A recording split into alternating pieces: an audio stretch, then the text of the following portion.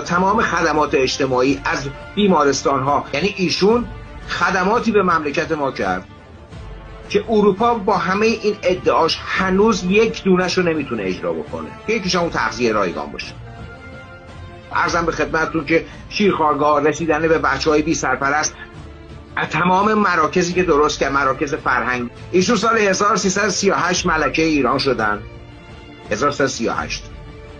سال 57 هم مملکت از بین رفت توسط سربازان بیگانه. درسته؟ از 38 تا 57 میشه چقدر؟ 19 سال ایشون ملکه ایران بودن.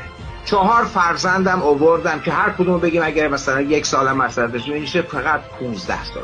در 15 سال اندازه 150 سال به اون مملکت خدمت کرد.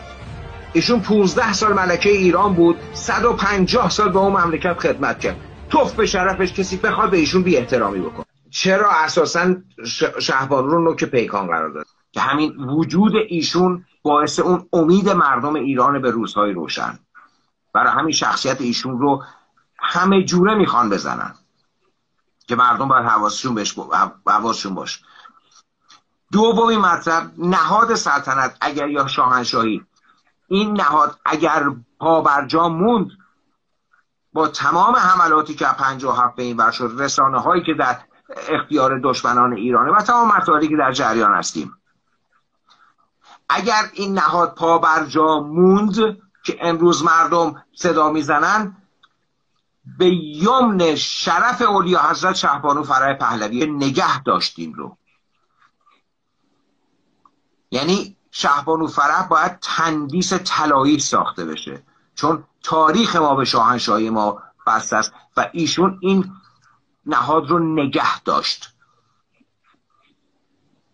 وجود مبارک ایشون با همین الفاظ رو میگم، هیچ گونه ابایی ندارم از یک عده خال زنک که بخوان چه مزخرفاتی بگن.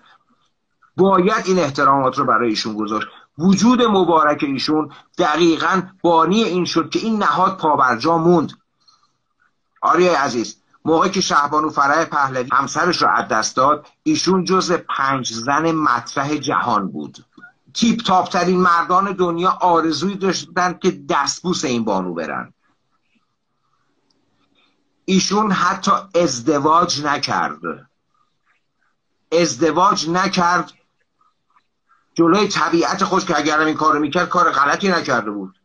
در دربار انگلستان دیدیم همون دیانا پرنس دای که بهش میگن، میگه ماشاءالله دید از دربون کاخ و بی نصیب نذاشته باقی، که دیگه همون در جای. اولی حضرت شهبانو که جز 5 زن مطرح جهانی بود، حتی ازدواج نکرد که بتونه حرمت شاهنشاه رو نگه داره و این نهاد پادشاهی رو نگه داره. در اوج جوانی توف به شرفش اون کسی که اینقدر بی شرافته که اساءه ادب میکنه به این بزرگ بانوی تاریخ ایران. ایشون حتی ازدواج نکرد که بتونه نگه داره این سمبل شاه. برای همینه که تمام حملاتشون رو. آریا جان، موقعی که اعلیحضرت شاهنشاه ارتش رفتن، 24 ساعته دوربین ها دنبال این بانو بود که شاید بتونن یک موردی ازش بگیرن که بتونن تخریب چهرش بکنن. به حقیقت ایشون دیگه هیچ مردی در زندگیش نه که اگر می اومد از دست دوربین ها نمیتونست فرار کنه و اینها در بوق و کرنا میکرد. یعنی بانوی شاهنشاه موند، جوونیش رو از بین برد. بانوی شاهنشاه موند که نهاد شاهنشاهی رو نگه داره و این بانو در عرض 15 سال 150 سال بهش خدمت کرد.